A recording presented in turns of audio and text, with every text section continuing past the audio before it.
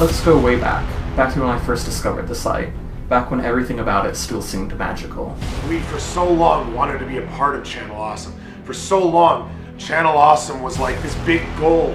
It was like this magical pie in the sky type of idea of like, holy crap, we could be a part of Channel Awesome. That would be crazy. For the most part, and I loved being on Channel Awesome. I love being able to tell people that I was on that site. Channel Awesome was probably one of the best things that happened. These guys gave me direction. They gave me a reason to wake up in the morning for years. And I am forever grateful for that. I had always wanted to be a critic, but seeing all these people come together made Channel Awesome really the first place where I tried to give an honest attempt. I don't think anyone, any of the other producers, worked as hard to specifically get on the site. The real motivator, I think, was for me doing that was to sort of prove that, you know, I was somebody they should hire because I was this hardworking and this willing to do that, and you should never do that. Management at Channel Awesome don't realize they're the problem. To these days, they don't know how to run a company properly. It's just been pretty depressing, shocking time to be doing this. I am so tired of talking about Channel Awesome anymore. I'm so supremely tired. After all this, I want nothing to do with the internet reviewing community. I want nothing to do with that. I just didn't love making videos for Channel Awesome anymore. If you've been following me on Twitter, you probably noticed me tweeting a lot about #ChangeTheChannel. These are the most loyal producers you have. You should not be smashing them in the face first opportunity you get. That doesn't make any sense. As much as it hurts me to say it, I'm done. I'm just done with Channel Awesome.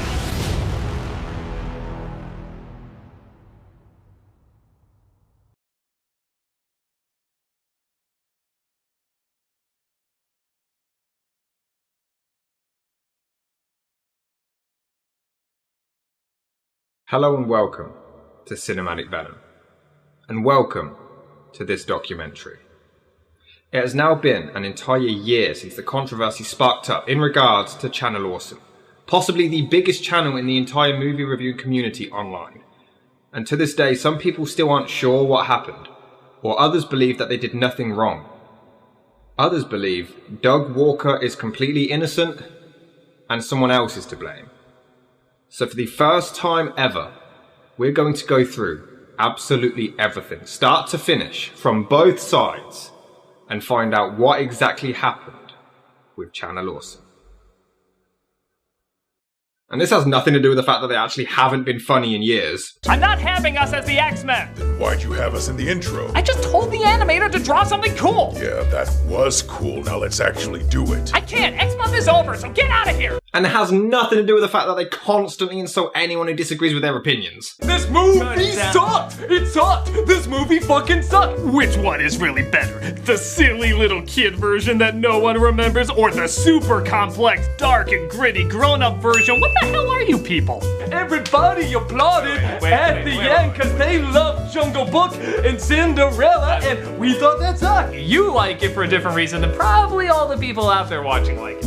Oh, it's a terrible movie. Yes! It sucked! It sucked! Emma Watson can't sing! The beats look like CG shit because it sucked! It is objectively bad. It sucked! It's a terrible movie! It's dumb and pointless! It is such shit! Yeah, I know a ton of people did and still really, really enjoy this film. But you don't know anything. She was Hermione! Yeah, she was passable? You grew up with it! That's why you like it! Oh, I know. You're making fun of it? Well, yeah, it's a cheesy 90s movie, man. Yeah, it's fun, but we know it's bad. Oh, that's right. This is a Happy Madison audience, where something that they see come out of them every day is suddenly hilarious because it reminds them of something that was scandalous when they were 2 years old. Just go and see the original classic! Knock knock! Who's there? This movie fucking sucked! It sucked! But you know what, it doesn't really matter because I welcome all of the dislikes and all of the comments saying that I'm just jealous and doing this for views and Doug Walker did nothing wrong. He is completely innocent in all of this. He's a little saint who shits gold, his piss is the cure for cancer, and he saves little orphan babies from death blindfolded while surfing dolphins, fighting Nazis with chainsaws and solving world hunger. This is the entire story of Channel Awesome. What the hell happened to me? I used to be the clown prince of comedy. I used to say they're all gonna laugh at you.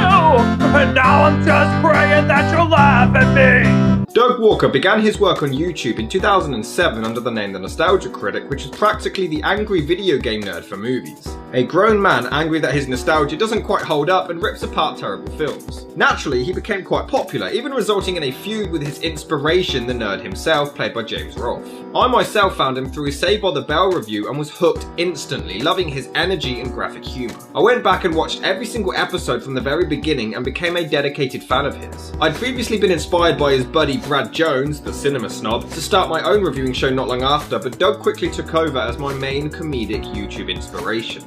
It started off as something that was just a hobby in my parents' place, just to get a few laughs, just to see if I could be entertaining. And from that, it just exploded. However, due to copyright issues, he gave up on YouTube and launched his own site in 2008 with now infamous Mike Machad. In just a year, the site grew in popularity so much that Doug was actually able to quit his job and take on his online work full time.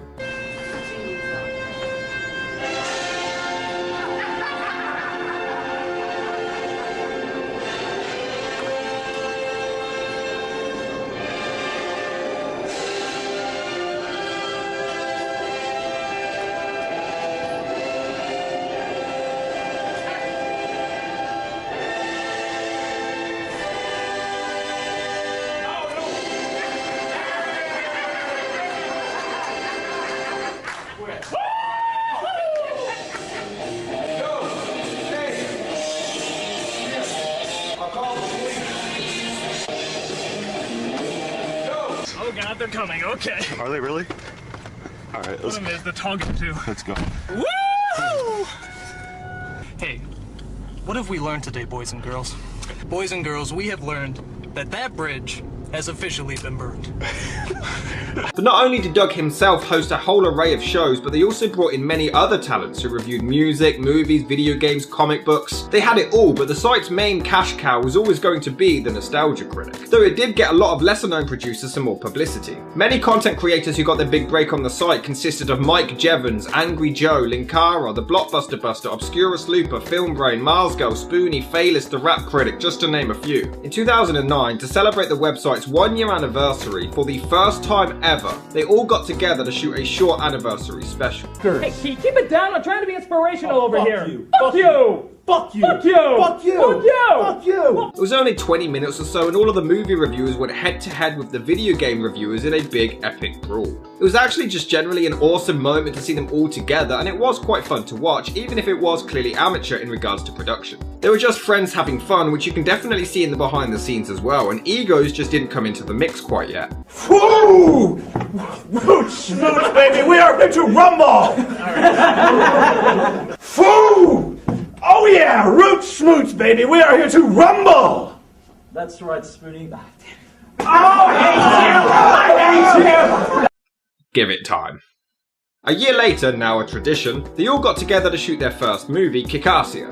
First, we take Molossia, and then the neighbors down the street. And then their neighbors, and then their neighbors, and then their neighbors. Until we build a military force so gigantic that nobody will be able to stop us.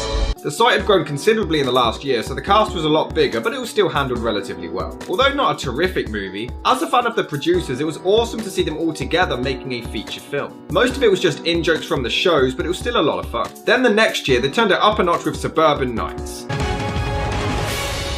At last, a worthy place to call our battlefield. An even longer feature film on an even bigger budget and received much more praise for its improved plot and the fact that it was more of an actual film than its predecessor. To Hollywood standards it wasn't great, but for an online film it was actually pretty entertaining. For the 4th year anniversary came To Boldly Flee, a 3.5 hour mini-series. No, really, 3.5 hours. Hey, remember your first review? Mine was Equilibrium. That wasn't smart. No, the fan base absolutely hated it. I liked it. Blah blah blah by Kesha was mine. The Last Unicorn. Pocahontas. I don't even remember my first review. I just remember being really angry and loving every minute of it. A sci-fi comedy mostly set inside Doug's house, as the previous film suffered many issues as it was primarily shot outdoors, and Chicago delivers cold and rain for breakfast, lunch and dinner. But this was a much bigger production with much better special effects, story, and it also saw the end of the nostalgia critic character. In this world, I have given you purpose. You have reason to exist. You have a point in being here. But out there, you'll be the dealer of your own destiny. For about 6 months. Hello, I'm the Nostalgia Critic, and I'm back to remember it so you don't have to. Despite its increased budget and production, a lot of people were unhappy with this film, finding it far too long and egocentric. But personally, I loved it. I thought the acting was great, the script was really intelligent with the self-deprecation and meta style. I thought it was a really good movie. However, Doug scrapped the nostalgia critic character, believing that it was time to move on, hiring new actors Malcolm Ray and Rachel Teets for a hit new original show called Demo Reel. What is Demo Reel? Well, how do I put it? You got movies. Old and new, low budget and big budget, appealing to all sorts of different audiences. And as great as all these movies are, in all humbleness, we can do it better. Demo Reel. We don't make films, we remake them. It was a complete rip-off of Be Kind Rewind. You erased these tapes! What is that? That's the Ghostbusters theme song. No. I'm pretty sure it is. It's something strange. Stay where you are. I'm on my way. Then I got slime. What's happening to her? Our version is better. It was like exactly the same. They didn't even try to hide it, and yet nobody points it out. The show flopped and the website began to lose a huge amount of views and traffic. But months later, Doug felt inspired again and brought back the critic. Hey Brad, I'm having a debate on whether or not to bring the nostalgia critic back. Oh, well, I don't care. Rachel soon departed the site for further opportunities in LA and was replaced by Tamra Chambers as the show continues to this day. The 5th year anniversary was cut down considerably. Unable to afford another movie. And we can only afford one more of these anniversaries anyway! To be fair, I'm actually genuinely amazed that they were able to write, produce, shoot, edit, and release 3 movies, one each year. I mean, they'd film them in April and they would come out in the summer. That's insane. Unable to afford another movie, though they for some reason blamed it on the crap weather instead, the 5th year anniversary was actually a collection of short films produced by people on the site, and then the anniversary special stopped, and that's when things began to go downhill. In January of 2015, longtime Channel Awesome producer Obscurus Looper, real name Allison, was fired from the website. Around 2013 or 2014, Allison visited Doug himself to film with him in his studio, but this episode would never be released as it took months to edit together for some reason, and she was fired not long after. This was an interview and Doug asked some uncomfortable questions about her personal life, and when she failed to improvise at one point, as she's admitted that it's not one of her strong points, Doug harshly stated that she'll never make it in this business. You probably noticed from the things that I've written about this that I have a huge problem, not just with Mike Machad, but with Rob Walker and with Doug Walker, because they are complicit in this. And I know a lot of people want to believe that they're not involved or that they don't know about this stuff because they make videos that they like and they are nice in the videos. And they're not monsters all the time. They were nice to me at times. But there were times when they said some really hurtful things and did some hurtful things. And they were part of decisions that affected us. And it wasn't until after everybody else had left when Allison was confronted by Mike Machad, who lambasted her for using mid-rolls in her videos. She was struggling financially and did it as a way to help herself out, but he didn't care and claimed that people were using ad block, which affected Channel Awesome's money. He allegedly even intentionally left insulting comments up on the site that were criticizing Allison for the ads instead of just talking to her directly first. And whatever you want to say about the mid-rolls, the way that he handled this was really just atrocious, and it made me really uncomfortable. And I cried in the bathroom in the studio because I was so upset over this. To his credit, Doug did console Allison, who was upset over this ordeal, and he claimed that he'd look into it. They soon had a Skype call not long after, but none of Mike's unprofessionalism and bullying was ever mentioned. Alison was on the verge of just quitting altogether for at least a year. This is when Patreon became huge and she started to use it to help herself and her content out, but this angered Michaud and the company, who just didn't understand Patreon and saw it as e-begging. Previously, Mike Jevons' campaign to raise money for his feature film was promoted, but now all of a sudden it was an issue. The company began making absurd rules about how long a Patreon ad can be, but then Brad was allowed to promote his fully without a problem, but no apology was ever administered to Alison. However, when she confronted Doug for help, she was simply told to just make more videos instead. She was then asked for a Skype call, but she was away from the computer for 15 minutes, and because she didn't reply in those 15 minutes because she was filming more videos which they wanted, she was fired, and she's provided screenshots proving this. Imagine just going to the shop for 15 minutes, come back, oh that's it, you've lost your job. Fellow producer Phaelus, real name Phelan, who is Lupa's boyfriend, was so angry at the company that he actually quit in protest, but things went quiet for a while. This wasn't even brought to the public until later on. But now, it has amazingly been 1 year since the controversy sparked back up. So let's go through all of this and find out what happened 12 months later. Thanks to the wonderful world of Twitter, a bunch of Channel Awesome producers began exchanging their awful experiences with the company, and this led to a lot of them realising that they now had a big enough fan base and were able to walk away from it all, quitting completely. After a lot of things were exchanged, Channel Awesome did eventually respond.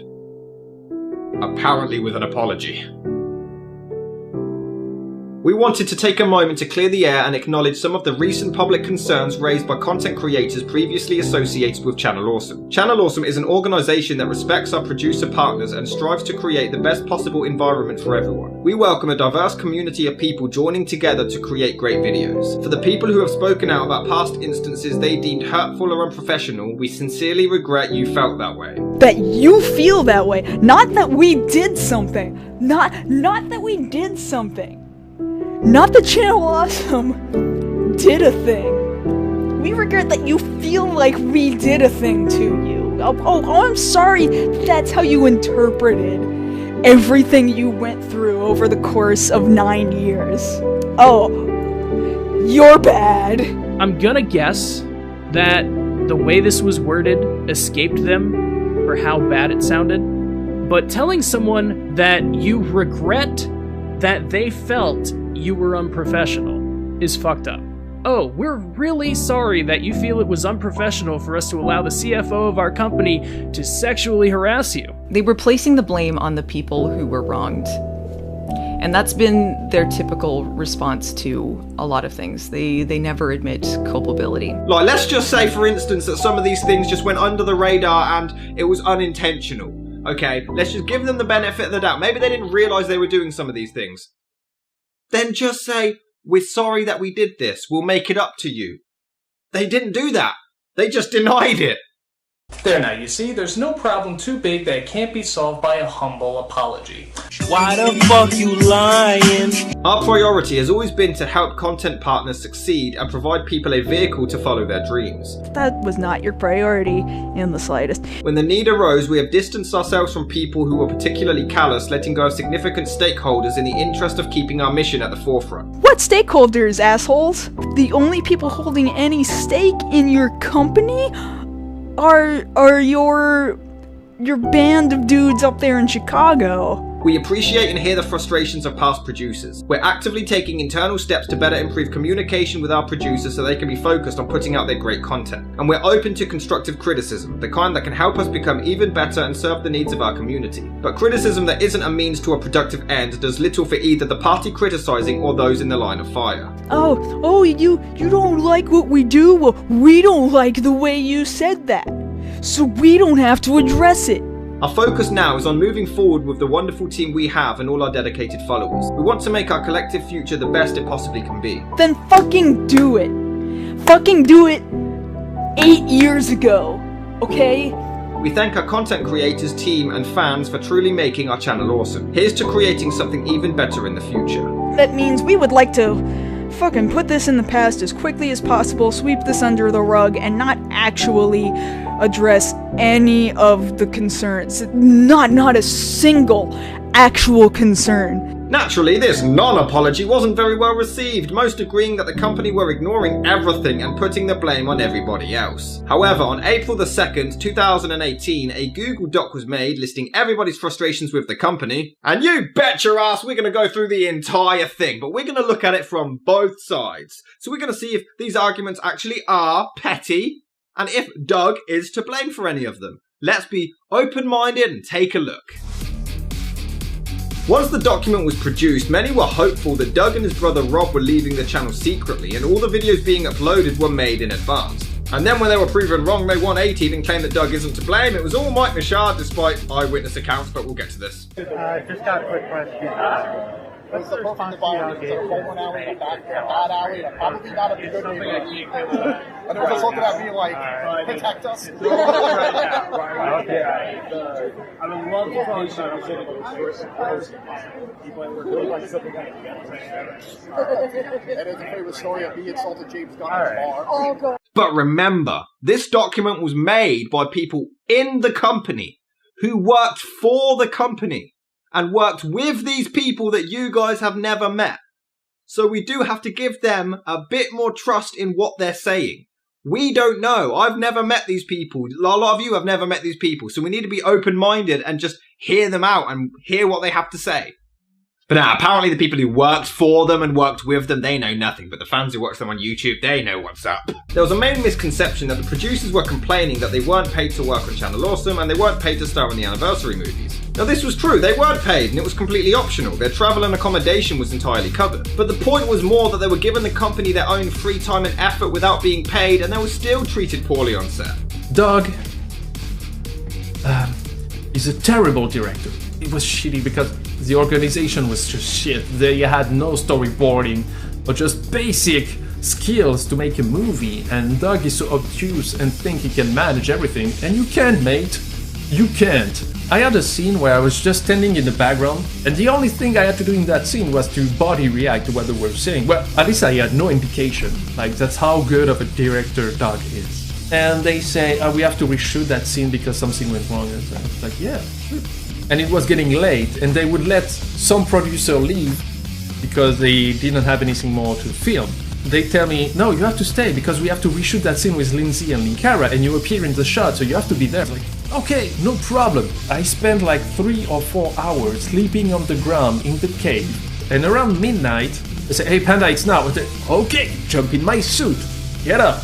Try to wake up, and I'm like, yeah, okay, I'm going to body act the shit out of this. And they film the scene, and I'm doing my stuff, and Doug is like really happy with the scene. So, oh, Panda, you was good. And then I realized when the movie was out, they cropped me out of the scene. It's just to focus on Linkara and Lindsay. I was like, are you fucking serious? You made me stay for more than 12 hours. No, not 12 hours, but a fucking lot of time. There were many instances when a man did something wrong, but instead of confronting them about it, they blamed the female that they knew instead. I mean, Spoonie once made an insensitive rape joke and was fired, but was also given a huge send-off and still brought back for cameos and well respected. Noah didn't get fired either. Noah was suspended for a second, and then decided, you can't suspend me, I quit. You didn't fire him. Allison left her computer for 15 minutes and was fired, got a brief goodbye message with all of her content removed in hours. In fact, Spoonie, real name Noah, posted things on Twitter and it turned out that he had bipolar disorder. He lashed out further and Allison was given death threats. Noah was suspended but given the choice and he chose to leave. Allison was then blamed as people felt like she got him fired, but Noah confirmed that it wasn't the case. However, the actual company publicly said nothing on the matter to defend her. They then wanted to suspend Allison for posting about it despite her breaking no rules, but they chose to keep her since her boyfriend was doing a lot of work on their movie, which we'll get onto later. And a lot of people would assume that Doug and I are friends, and they would talk about him to me. And one day in mid-March, I'd just gotten one too many of these things. Someone asked me about Doug on Twitter. And so, for the first time in a while, I said something. I said, look, he treated us awfully. I don't like him. A lot of the female producers felt uncomfortable talking to Mike Michaud, and he'd often get aggressive with them. He also kept everyone informed through his Skype chat, so if you weren't at your PC and missed an important message, you were screwed. Rob Walker was one of the CEOs to deal with issues, but he avoided the problems at all costs and called the producers children behind their backs. And apparently Rob confused Welshie and me. Because we're working as a duo, and of course Welshie, the Welsh guy, the ginger Welsh guy with glasses, and me, Panda, with brown hair, no glasses, not from Welsh, from Wales, sorry. And that was kind of insulting, like, oh Rob, you can't take us apart. Many also believe that Doug is just a talent, but he was actually one of the CEOs, made many of the company's decisions, and has a huge part of the entire business. But he had little to no knowledge of technology. He didn't even know how to record commentary, so he got other people to record them for him, with them sitting quietly to not actually take part. This guy has millions of subs and I don't. Well, have you guys ever been a fan of Nostalgia Critic or anything on Channel Awesome? Alex and I were in a video of his. I found it odd when we were asked to partake in that video on the Channel Awesome Twitter. I can't remember who was actually messaging me, but they were like, "Yeah, okay, I'll relay that to Doug." Yeah. It's like, why can't Doug do it?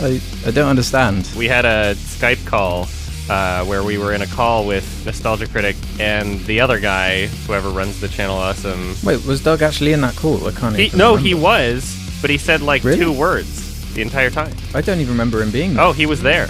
He was just basically not talking the entire time. He said a couple words, and it was that was a very odd experience for me, because it was like either Doug doesn't give a shit or he's not really involved. I don't know. Everybody else I know, it's like when you are the forefront of your channel, especially, you know, if you're marketing yourself like that, you would think that you would have some sort of a drive or passion or any sort of care to at least be the person interacting with other people that you're trying to get onto your projects, you know? Doug messaged me on Skype. First time he ever messaged me. And he was like, "Hey, do you have that thing?" No, I had no idea what he was talking about. I was like, "What are you talking about?" And he tells me that I had a part in the early part of Kickassia, and he needed my part so that he could put it in, because the final editing was being done and he needed it because the due date was 24 hours later. And I was like, "You never sent me the script. How was I supposed to know?" And he was adamant that he sent me the script. For the life of me, would never tell me what email he sent it to. He just said he sent it. So I checked every single email. I never got it. I had to... And the best part was he still didn't give it to me. I pitched this show to, I believe it was Rob. He came to me and said, "Hey, just want to let you know that we like your idea and we're going to bring you on." I was super hyped that fact. I was like, you know what, I'll put all this stuff to the side. I'll put my gripes with the community to the side, and I'll make a bomb show that fucking everyone will like. So I got brought into the CA producers chat. I was there just talking with everyone. I'm like, "Hey guys, guess what? I'm back. I'm really excited to be back. It's nice to see you all. We got to catch up and whatnot." The next day, however, fucking Greg comes up to me and says, "Hey, you're not actually a producer on the website. I just wanted to let you know, why are you telling people all of this stuff when you clearly aren't?" I've had kind of a general dissatisfaction with how the higher-ups run the site, and I felt that way for a long time. Blistered Thumbs was a section of the site dedicated to video games, but this was shut down and many of the producers weren't even informed until it was on the front page of the website. The entire site was clearly about Doug and Doug alone. The other producers never got a look in. Even in the anniversary movies, people noticed that the other producers were forced to act just like Doug. And we stopped the first scene, cut, and Spoonie's like, "Oh, that's good, Panda. I mean, that's really your humor, it works well."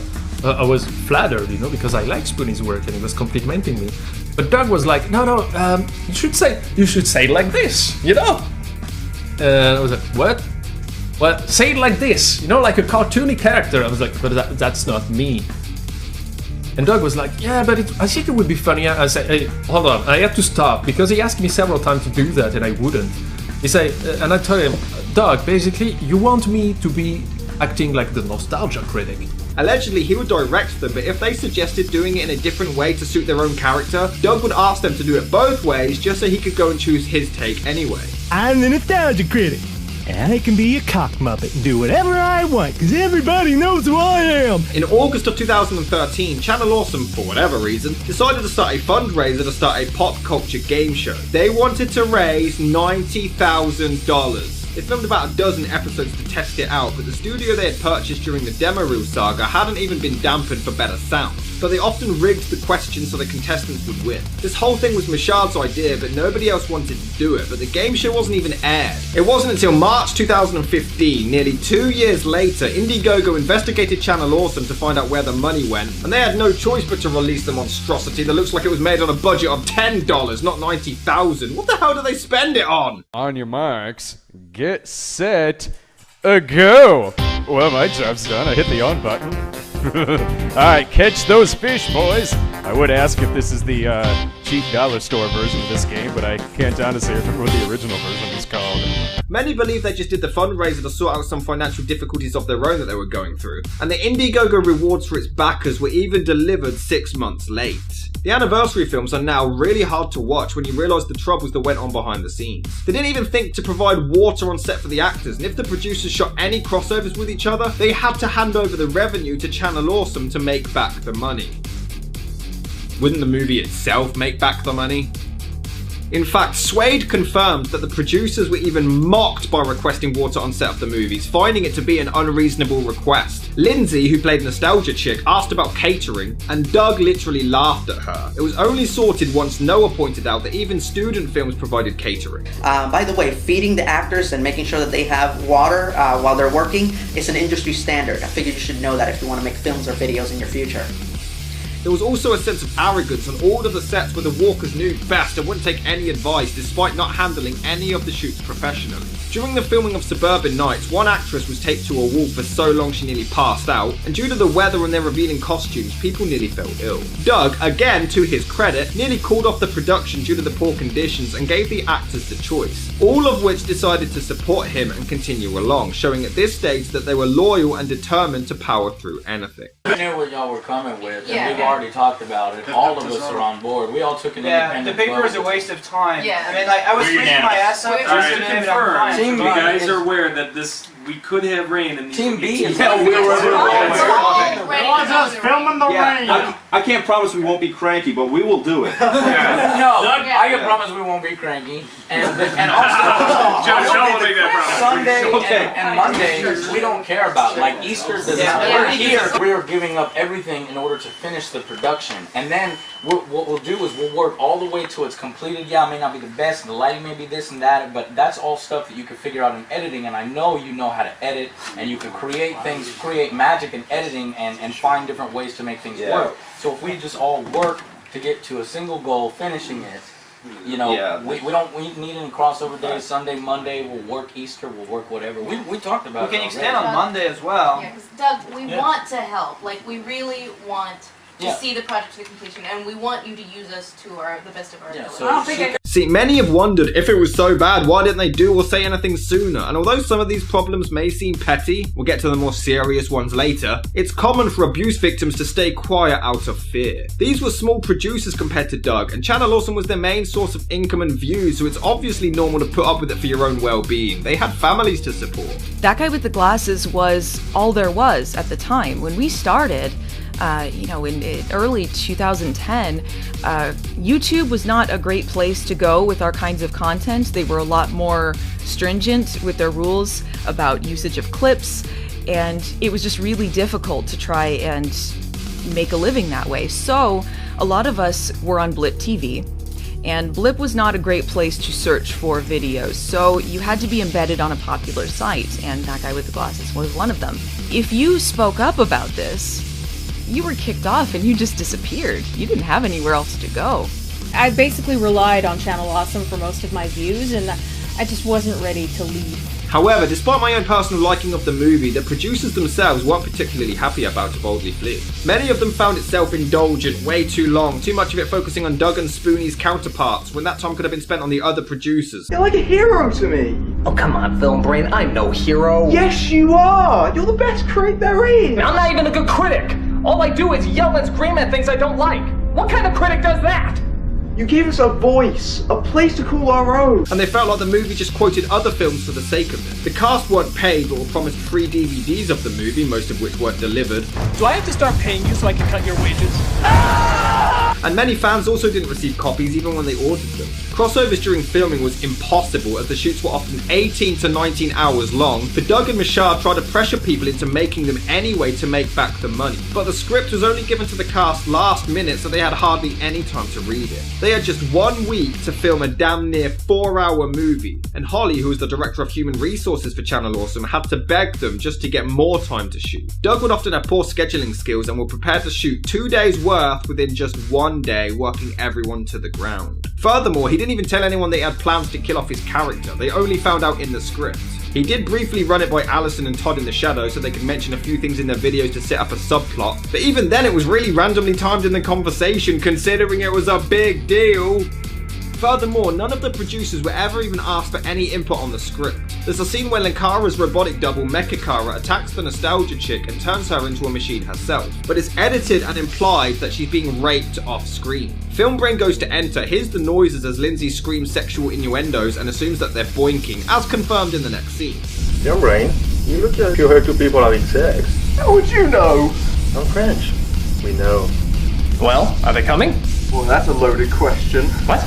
Now, I won't lie, I actually found this scene quite funny, but apparently in the original script it was a lot more vulgar and grotesque.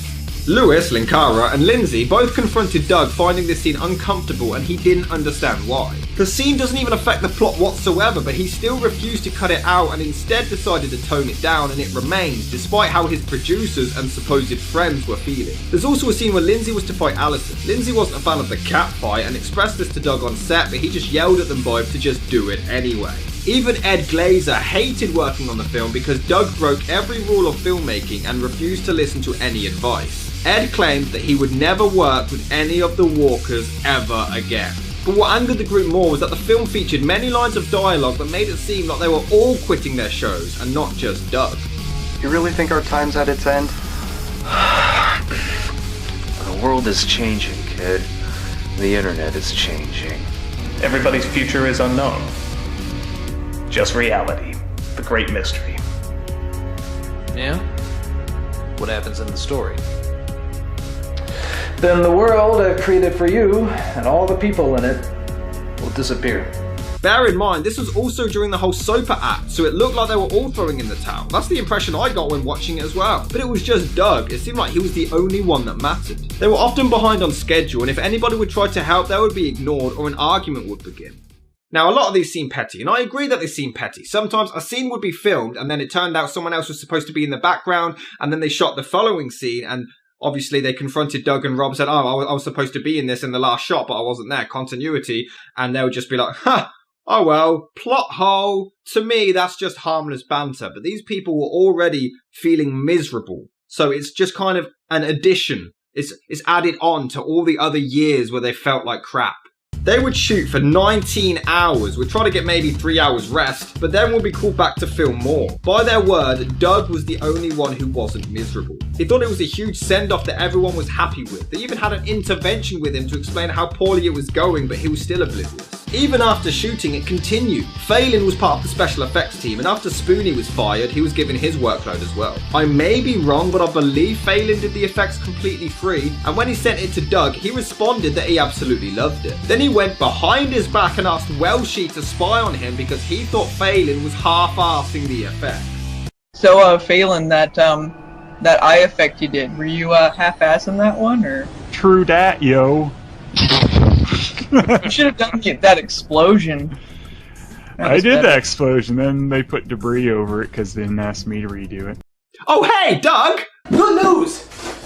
Your balls arrived! Then came the 5th anniversary special where they asked a few producers to make a short film for an anthology series. Every year I was overlooked along with most of the other people who contributed to the website in Europe. Then the 5th year anniversary came along and myself and other producers were asked if we wanted to make some short films. But this was after others were asked and turned it down, so that only came to light recently. I made a short mockumentary which was called Internet Dating and Me, and I was actually given a budget for the film, that budget being 0. But they did take my film, slap it on the DVD, charge people for it, and make money. To which I made a grand total of F all.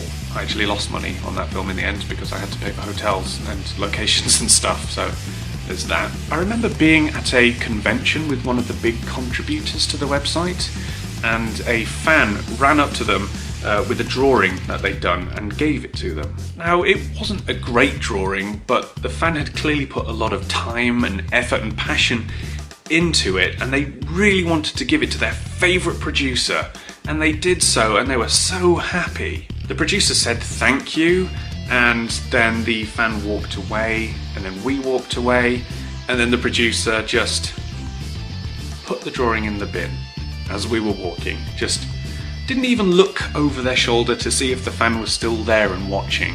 Just popped it in the bin. I was kind of shocked at the time, but looking back, it kind of works as a perfect analogy for this whole thing. Blatant disregard for people's feelings. The producers also wanted the site to be more about everyone and not just Doug, so that's why it was rebranded. Originally called thatguywiththeglasses.com to now Channel Awesome, but it was still a banner of Doug and all of his characters. But it's so much more than watching me as the Nostalgia Critic. You can watch me as Chester A. Bum on Bum Reviews, Dominic on Video Game Confessions, and my most challenging character, Doug Walker, in various sketches, vlogs, and review shows. If you don't like watching my face though, I pity you, but also recommend a vast variety of other shows that we have. Or if you want to check out even more people, you can check out ChannelAwesome.com, home to some great reviewers and comedic talent that are not me. Mars Girl, real name Kaylin, had been a part of the site since pretty much the start, but right away she was told to hand her videos over to the company for them to upload and literally take the ad revenue from, promising to reimburse her, but they never did. Once Kaylin started her own channel, Mashad became furious. Kaylin was upset and apologised, but she only made her own channel because Lewis had suggested it, which made Mashad back off. Very often her videos were mistitled, and once she corrected it online, Mashad insulted her for making him look bad. But Kaylin, by her own admission, was young and unsure how to deal, took the blame and apologised endlessly. It was also a problem that she was friends with Screw Attack, a video game based company. They were seen as Channel Awesome's rivals and didn't want Kaylin associated with them in case they stole her away, which makes about as much sense as a chocolate fire guard, considering Screw Attack was affiliated with the angry video game nerd who often worked with Doug himself. What were they thinking? Kaylin felt bullied and backed away, not speaking to many people associated with the site whatsoever. She felt bullied and was terrified to even log on to Skype in case she received any nasty messages from Mike Mashad. The producers also had to make their own costumes for the anniversary movies, which would be reimbursed financially, but they also had to hand over the costumes they had slaved over, which Kaylin refused to do. Once they wrapped up to boldly flee, Kaylin and the others felt like they had been used. The company had scrapped the anniversary movies and confirmed that no more were being made, all because Doug's show was ending. They felt like that was it, and they were now completely useless, just because Doug wasn't doing his anymore. Much like Alison, Kaylin had considered leaving for a while, but her manager, who helped her with convention appearances, suggested staying, as it would help her get work, and she agreed. She wanted to wait until the 10-year anniversary of her show, but decided to leave on her 9-year in September of 2017. Her content was all removed from the website in less than an hour. The others had a goodbye message, even if it was brief, but Kaylin got none, despite how long she had been there for. And Suede left with Lewis, but their archive was removed, and people weren't even informed that they had gone anywhere. So what it ended up with was a scenario where these people aren't Doug, they're not Brad, they're not Lewis. So, oh, you didn't post 2 videos a month, immediate ban hammer. And that happened a lot. Person who had been with the site for numerous years had an extenuating circumstance that they tried to explain to the site administrator, only for the site administrator to not give them enough credit. And then the moment that the first day of the next month started, like 12:01 a.m., boom, removed from the site, banned. A lot of people defend Doug because for whatever reason, Mashad actually owns the IP of the Nostalgia Critic character. And when push comes to shove, remember I own Nostalgia Critic, it does not belong to Doug. They have no idea what they're doing. The only one that was smart enough was Mashad for protecting the IP of the Nostalgia Critic, you know, the bread and butter of the website. And basically, if Doug wants to leave and make a new show, he can call it the Nostalgia Critic. Why would you sign away the rights to your own character? But to this day, the producers themselves aren't even sure what the hell Mashad did on the website. The aforementioned Holly was made uncomfortable by another higher-up, Mike Ellis, who tried to pursue her romantically despite being already married at the time. He even threatened to fire her at one point for doing so, but Ellis was only let go years later despite management knowing what he was doing, and Holly was kept in a safe house in case he came after her. Doug and Rob literally had baseball bats and swords, Holly had a golf club, and they even had pepper spray to defend themselves. Was this real life or a Scooby-Doo cartoon? It was Holly who actually saved the production of Suburban Nights when Doug wanted to call it quits. And the other thing that really pulled me through was when I was thinking, you know, maybe dropping the production, was somebody who worked her ass off, and that is Holly. Yeah. Because she came in and literally said, not only do I think you can do this, but everyone else thinks you can do this. This is what you're thinking right now is totally wrong. Get in there and, you know, find out. And she was 100% right. And on top of that, she has been practically our mother throughout this whole shoot, getting us food, being very, very determined. If you look under the bar, Holly, there's actually a little something for you.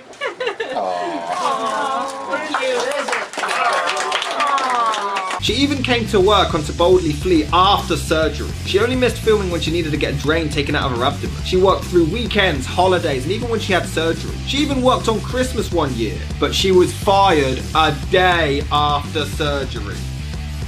After everything she had done for the company. She was literally told that she had to drive to the studio, which was against doctor's orders by the way, or she would lose her job. There was no reason given either, and she was forced to sign a contract or she wouldn't be paid. This contract prohibited her from working in the industry for 3 years. Okay, continue defending these assholes? She worked 25 hours a day, 8 days a week. You know, she worked above and beyond any possible schedule that anybody could ever assign to a worker and think that's acceptable. She essentially had to be there for us at all times, for us to answer anything. Once Holly was let go, in that awful situation, they had no one to talk to. Oh, and for those blinded fanboys, it was Doug himself who was the deciding vote to fire her one day after surgery, despite everything she had given them. Holly felt like her life had been ruined and she was left miserable for years. It was around the time that Allison and Phelan had left the site when long-term producers like Lewis began to realise that the company was dying and was no longer what it once was. And then the site became more and more popular, they made money, but for me, to these days, they don't know how to run a company properly.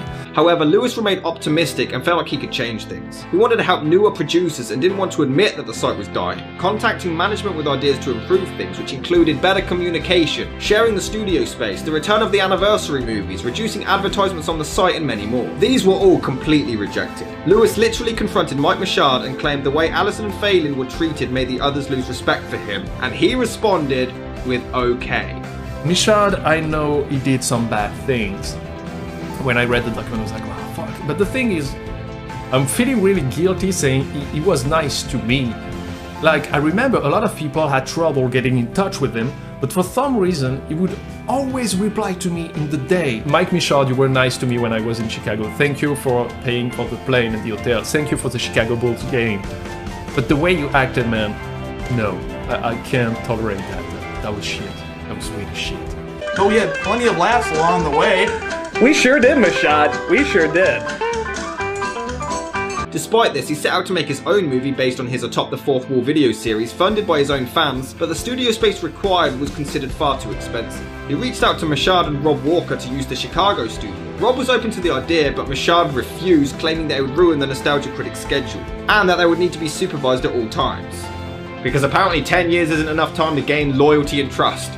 Are you high? And they would need insurance to cover any damage caused. Furthermore, Lewis offered to reimburse any lost revenue for the critic's schedule being changed, but even then, Doug has shot episodes away from the studio in the past, including 5 years beforehand. Benzai's girlfriend had previously done the artwork for Suburban Nights, which was for the DVD only, but Machado sold all of it in limited prints as well, making more money off of other people's hard work without their consent. Time for me to make money off your hard work. Chaos D1 felt bullied as he was removed schedule access when he was a day late with the video due to his wife's medical emergency, and he had also provided 4 videos that month and had never missed a schedule in 5 years beforehand. He was then fired without discussion shortly after, despite many long-term producers often going months without an upload and no punishment was administered whatsoever.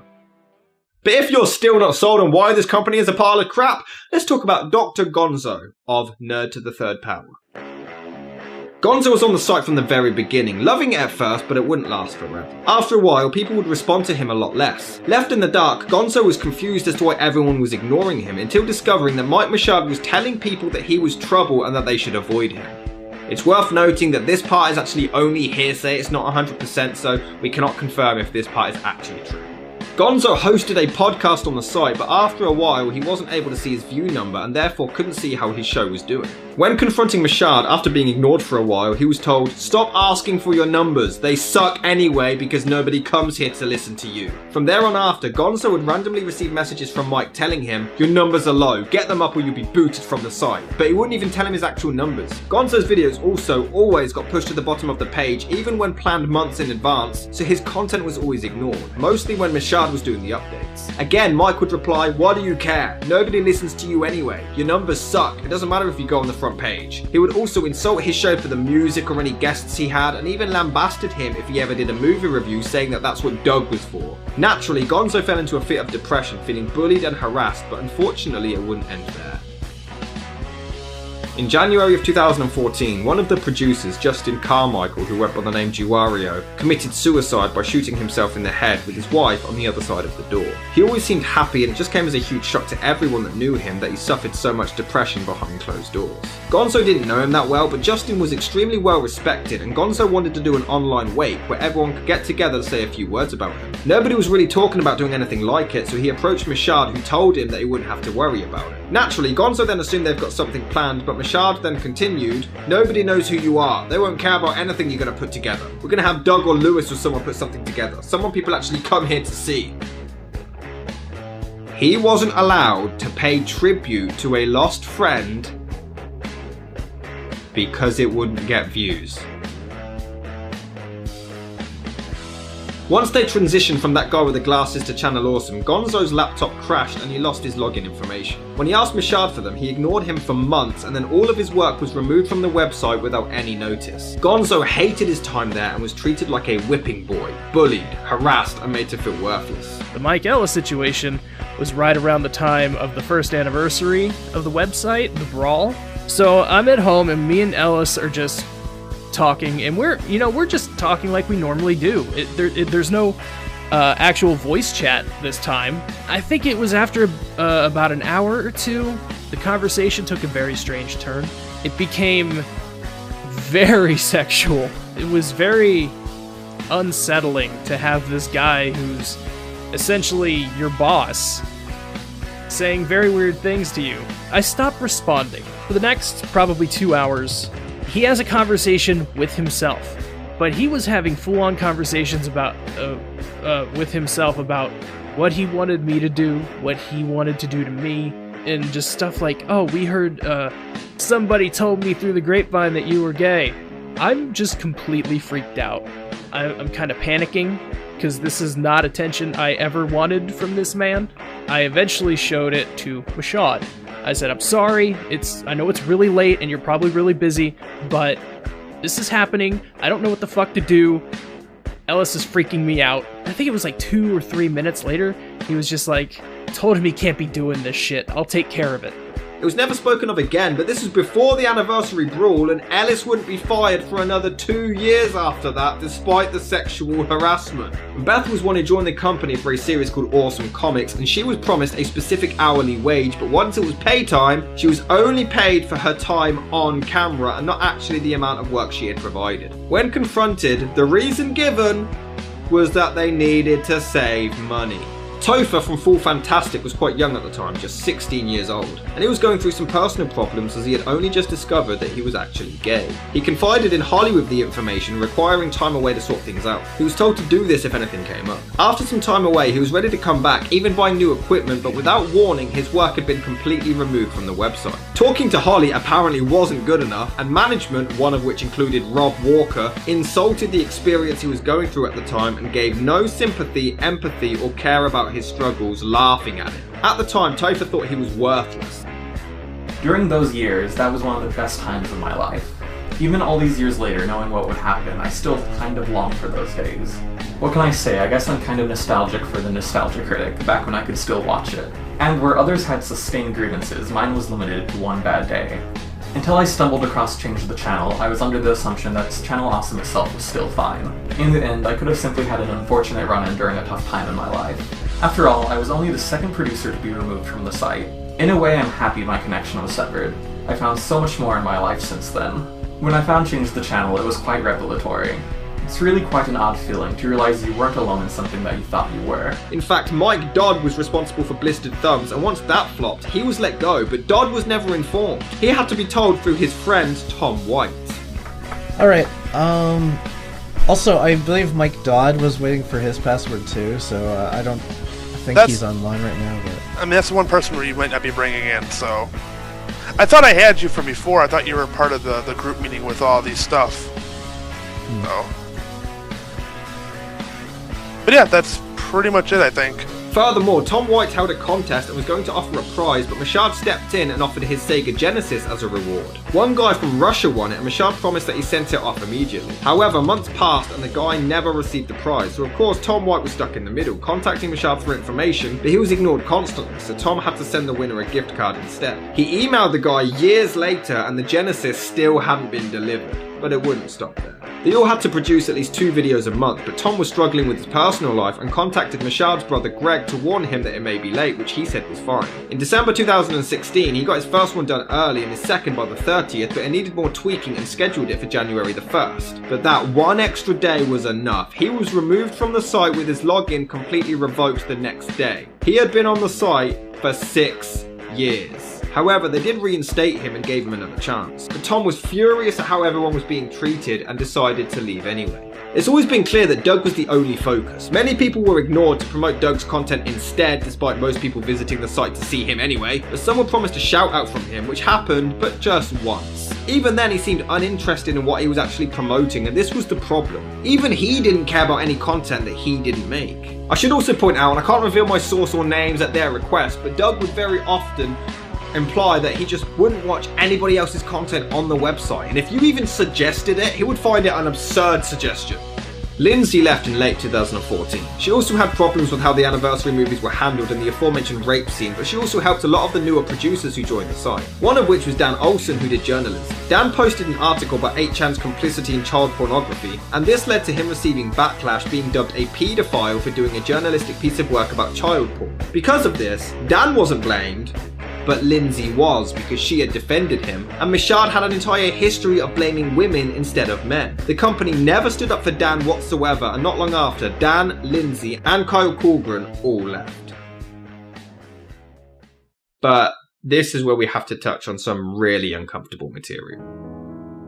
There's a lady who remains anonymous who claimed that a producer on the site groomed her. She was 18 at the time, but had the mind of a 16-year-old. Though this man groomed her sexually. It wasn't strictly rape, but he convinced her that he was teaching her how to kiss and have intercourse. She was naive and believed that he cared about her. It wasn't until later that she realised what he did. What makes this even more astonishing is that Channel Awesome management knew about this and still didn't let the individual go until a year or so later. But we'll come back to this another time. I was mostly, though, with Lewis's stuff. We were dating at the time, and so I would assist him with his videos and do his plot lines and stories and things like that. As it turned out, too, I also worked on Suburban Nights. But Lewis at the time didn't have a vehicle and didn't drive, so they asked me, hey, do you want to come down and kind of help out a little bit? Maybe be a production assistant, and you would just drive your vehicle down there, and we'll put you up in the hotel with Lewis. I said, great. I also ended up working probably from about 6 in the morning. You had to be down in the lobby at 6 a.m. to sometimes 8 o'clock to 10 o'clock at night. So literally the entire day and then some. And really the only time you really got to eat was sometimes in the morning, sometimes for lunch.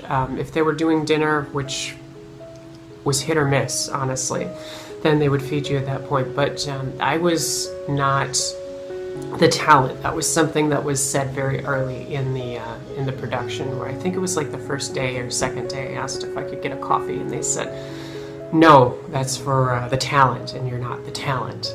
That was funny too, because later on in the production, I changed over. I played Cloak 2, so I was an actress in that. I got hurt on site. They had me sign a waiver saying that they weren't responsible for any injuries. She was given this contract to sign before even being given any first aid. There were two groups of cast and crew. One would film one day while the others rested, and then vice versa. But Liz worked every day and was never reimbursed, nor was she thanked. Doug also never acquired filming permits, nor did he check any opening times beforehand, so they arrived to shoot in a park, but it was closed. They broke in to shoot, and if anyone questioned it, they were told to shut up. They were given no blankets or anything during the long cold shoots outside. Liz wasn't allowed to be in the group photos, but Holly was, and Liz wasn't even invited to the wrap party at the end, and was never thanked for any of her work. 4 in total were injured during the film, and there were no safety precautions whatsoever. I also want to take this time to talk about my personal experience with Channel Awesome, as some people are still a bit confused as to what went down. I did actually apply to be on Channel Awesome, and Rob did reply and turn me down, but to be fair, he was completely professional and kind about it. But in 2010, I met Darren, the rap critic, and we did an episode of my show reviewing Moulin Rouge. This is when I was 19 and trying so desperately to be edgy, so we were both unhappy with the video, especially when I dropped a homophobic slur. I had come to write about truth, beauty, freedom, and that which I believed in above all things, love. Faggot. Sissy. Pansy. Sissy. Although I intended it to mean that the character was a wimp, not gay, I genuinely do apologise for the slur and for anyone that I may have offended. Darren soon joined Channel Awesome afterwards and graciously put the episode on the site, but naturally it received a lot of backlash from fans and I believe some higher ups for homophobia. For the record, Darren had absolutely nothing to do with it, so please don't blame him. We have spoken since and we're both moving past it, but that wasn't the end of it.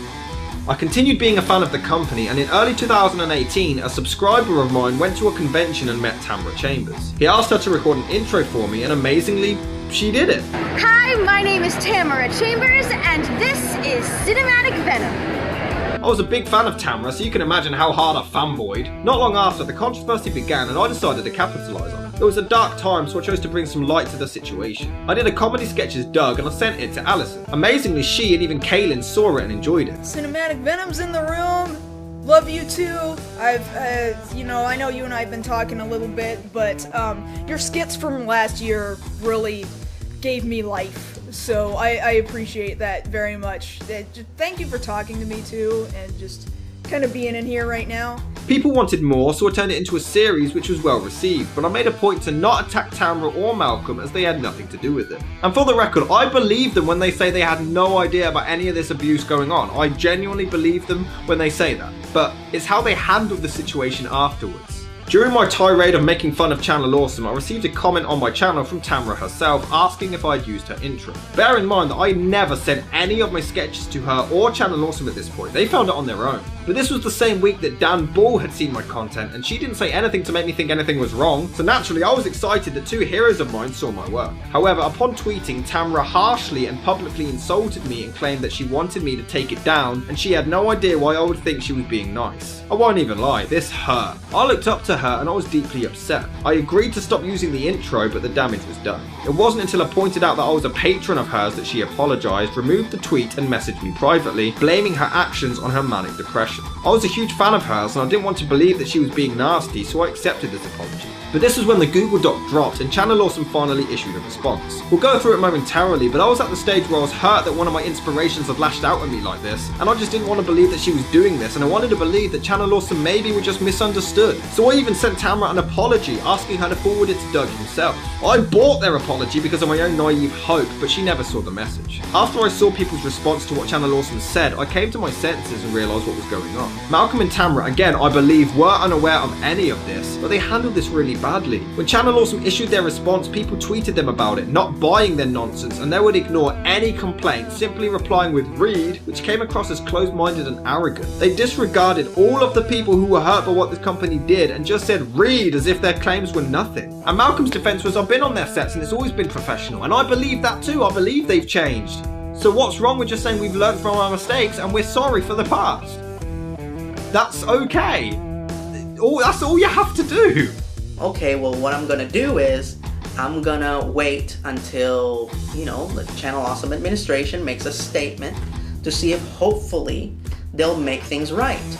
And then, after they do that, after they make their move and see how they're going to try to fix this, then I'll make my decision. Unfortunately, they didn't do that, and it's just a rebuttal to a lot of the accusations, as opposed to what they should have done, which is an apology followed by an offer to try and make amends. I just want an apology. I think just a lot of us want a fucking apology. I want Mike Michaud to just own up to the fact that he fucked up. I don't want a non-apology. I don't want to be told, oh, I'm sorry you feel that we did a shitty job. I don't want to hear that. I just want to hear an apology. I want a sincere fucking apology from you guys. It's not that hard. Just 2 words, I'm sorry. We're sorry. Terribly sorry. You know what I mean? Like, I'm sorry. I'm just sorry. Within a couple of weeks, 40+ people had left Channel Awesome, leaving just Doug, Brad, and Guru Larry, who pretty much only stayed as a joke. His Twitter was making fun of the site the entire time. I guess they don't check his feed. He was having the time of his life. Hey! If you don't go, you're on fire! Since the posting of the Not So Awesome document on Monday, April 2nd, 2018, we have been exploring all of our options of how to address the lies that have been alleged by multiple disgruntled individuals with vindictive intentions. See, last time they said, oh, we're sorry that you felt that way, and now they're full on calling them liars. They're ignoring all of their pain. I don't understand. Like, did all of these people just wake up one day, you know what? Let's destroy a company today, because why not? They're lovely people, but, you know, I just feel like ruining their lives, ruining their careers. Why not, lol? The company decided to not cover the entire document, but only nitpick some of the stories, but these are some of the worst offences I have ever seen. In response to the sexual grooming case by the anonymous woman, they provided a screenshot proving that they found out about his acts, and after consulting a lawyer, they let him go after 3 weeks, not a year. However, not only was this the wrong woman, this was not the woman in the Google Doc. There were 3 victims that we're aware of. Both of us, it turns out, knew different sexual assault survivors. I knew one, he knew another. There was at least an example of a third person, and then there was the grooming person. The screenshot was one of the other 2, but also they did a terrible job covering up the name. Channel Awesome basically blurred out the name, but they left kind of a J in the front, and they also matched it up. They left the timestamps. So anybody with half a brain could figure out who it was. So fans were mortified that they could now see that the sexual predator was Justin, the previously mentioned suicide victim Juario. Justin was married, and the woman in question wanted to remain anonymous, and for Justin to remain anonymous to protect his wife. Comes these chat logs, which, by the way, are not chat logs about the Jane Doe that we were talking about. The one that chatted with us that day before we dropped our document. This was an entirely separate Jane Doe who had an entirely separate set of circumstances. Juario was a sexual predator. I had only first heard of this just barely before we released this document. I can't believe this was even my friend. I didn't know Justin very well. He appeared in one of my videos. I talked to him over email a few times. He was really nice to me. I was talking to Will about it. And I said, I can't believe that it would ever be Justin. I can't believe people are saying that about him. It's so sad. And he said, why can't you believe that? That's exactly how a groomer acts. And I realized that's true. What do you look for in somebody who grooms young women and young underage girls to be sexual with them? Well, you look for someone who's nice. You look for somebody who is trustworthy. You look for someone who could just be your older brother or your dad, just a sweet person. And you often look for somebody who's an older individual in a community of people who are largely younger. And that is exactly what Justin was. This has backfired on them. Totally blew up in their face, outed Justin's name. Essentially, I'm able to work at a suicide hotline, sexual assault hotline, or crisis hotline. My point is that I'm not, you know, some naive Pollyanna. Like, I know what I'm talking about. I have skills and experience to doing this stuff. One of the instructors was the police chief of Oakdale in Minnesota, and I had others like that, or one was had been a commander in St. Paul. So or a police commander in St. Paul. So, I mean, these are actual police officers teaching, and we, of course, had sex crime and sexual assault stuff, too. A friend of mine approached me and said, there's an individual who'd been raped. They want to speak to you because they don't know what to do. I still had something of a reputation that I was doing this stuff. Based upon my experience of volunteering at the Sexual Assault Center and based upon the education that I had, I was 98% certain they were telling the truth. And the reason I give 2% is because I could be wrong. Justin was my friend. I would call him at that point as a friend, and I know he was a friend for a lot of people. And so I basically said, you have my word that I won't speak a word of this, because that's what you do to support a victim or a survivor. So you have to do whatever they feel comfortable doing. You know, it would have been great for me to kind of go out and actually confront Justin about this, but I don't think I was ever really at the point where I could. They wanted to bring him back at one point, too. Which wouldn't necessarily be a problem if it weren't for the fact that victims could now be in trouble, could now be further victimized by people just looking to attack because they think it's fun. Not to mention Justin's family, who was totally unaware of any of this. Channel Awesome, how despicable of you to do this. There's a reason, very specific reason why it is that we did not include names. You just want to cover yourselves, and you'll put anyone else in the line of fire, including victims of sexual assault, in order to further your agenda and call 20 to 40 people liars. So let's rewind to when Gonzo wanted to pay tribute to Justin. Instead of just explaining what they had heard, Mashad decided he'd rather just insult him personally. Doug then went on camera and gave a huge tribute to Justin, knowing the truth. On January 23rd, 2014, former Channel Awesome producer Justin Carmichael committed suicide. I think the reason that Justin is really something special is because, despite knowing what we know now, we will still remember him as this upbeat, cheerful, positive, wonderful human being. And that's because he has shared so much of that positivity with us. He has shared so much goodness with us. What a horrible thing to do, to put somebody on a pedestal who is the complete opposite type of person to be put on a pedestal. Now, for legal reasons, I understand not telling the entire world. Obviously, legally, you can't do that. But after Justin was fired, he continued working with other producers and they never told them. There was no warning for their own safety. After he died, Kaylin raised $10,000 to make a movie in his memory and nobody stepped in. They did everything in their power to protect and defend a sexual predator. Man, do I wish someone had told me. Why didn't somebody tell me? I would have not made Farewell Fami Kamen Rider if I had known. Why would I have done that? If the work that I or anyone else who worked on our projects together, if our work ever hurt anyone by existing, I'm so sorry that we did that to you.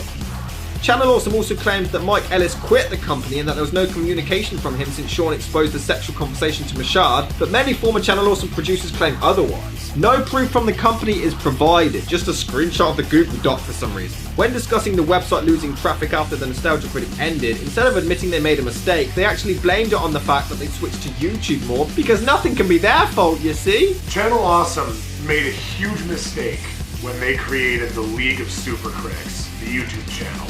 They killed their site when they did that. I will never be able to understand why they created the League of Super Critics YouTube channel, because it basically took the biggest producers that the majority of the people come to the site for and made sure they had no reason to go to the site ever again.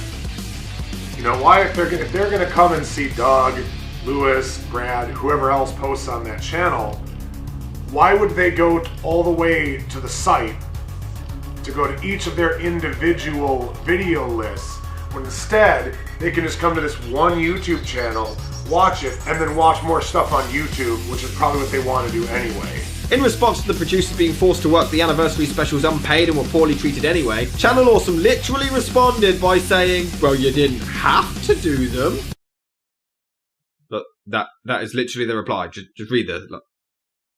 This is a real company. With adults. And in response to the management having sexist agendas, they can't be sexist because they've worked with other women who've had no problems whatsoever.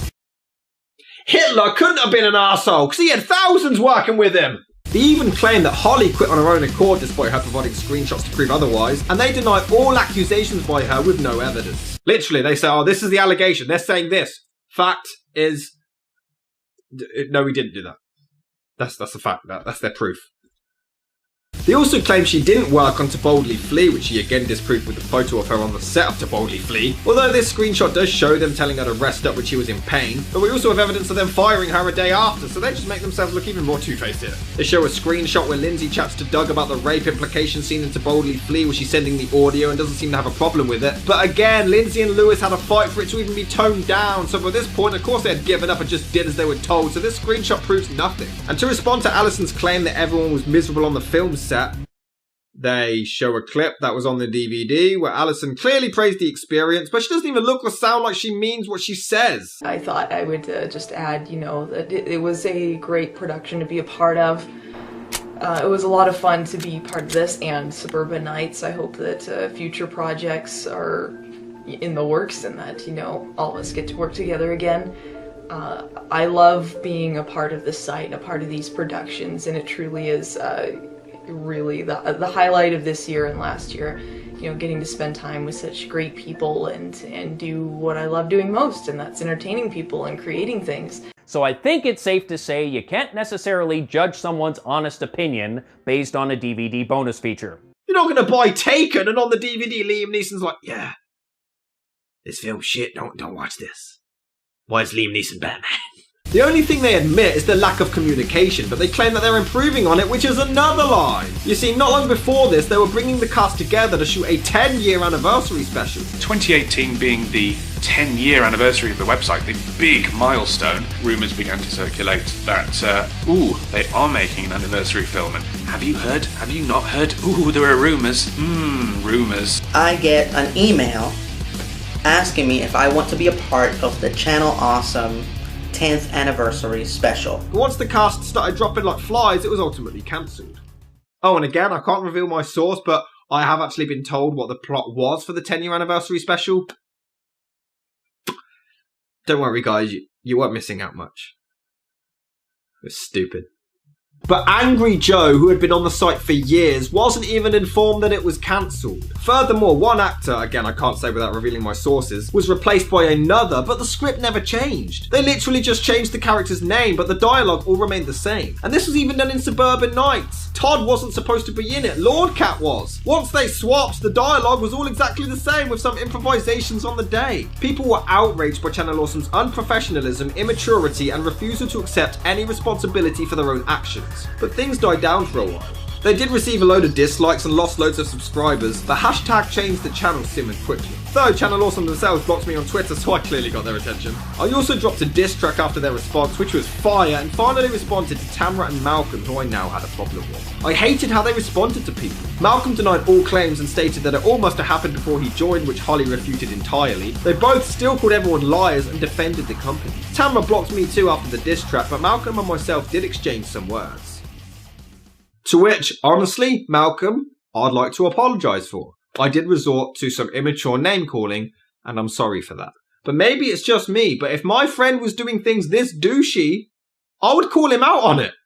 Even if you haven't seen it, if people are accusing him, you've got to take that seriously, because these are serious allegations. 40 plus people saying all this stuff, they're not all lying. Months later, Brad for the first time spoke up about the subject in a Toast to Toast interview where he literally said people should just get over all of the controversy. Okay, we put out a little tweet where we said that we weren't leaving. Doug and Rob are two of my best friends. I put that out.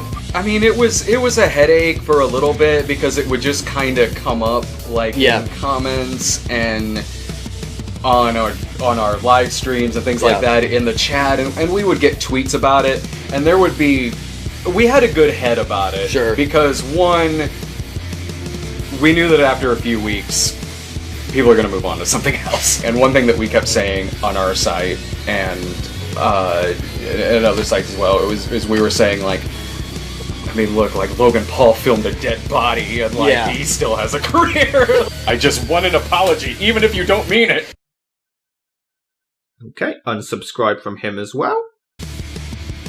Brad was thought to have been friends with these people, and now he has said that they've acted petty and should get over nearly a decade of torment, bullying and abuse. Allegedly, Brad and his family received abuse when the controversy sparked up, even people threatening his grandmother to the point they had to move. And obviously that's wrong, but it doesn't condone what he's defending. And not long after, the company continued going to conventions like nothing happened and promoting charities to make themselves look good. It no longer seemed like they did it to help people, it was like they were using the charities to get themselves out the hole they put themselves in. So there you have it. Petty issues, or a lot of severe reasons to dislike the company. I mean, after all, do you still watch Bill Cosby comedy specials? Didn't you all boycott Jeepers Creepers 3 because of what the director did? And weren't you all outraged at Logan Paul for the Suicide Forest stuff? Why is Channel Awesome any different?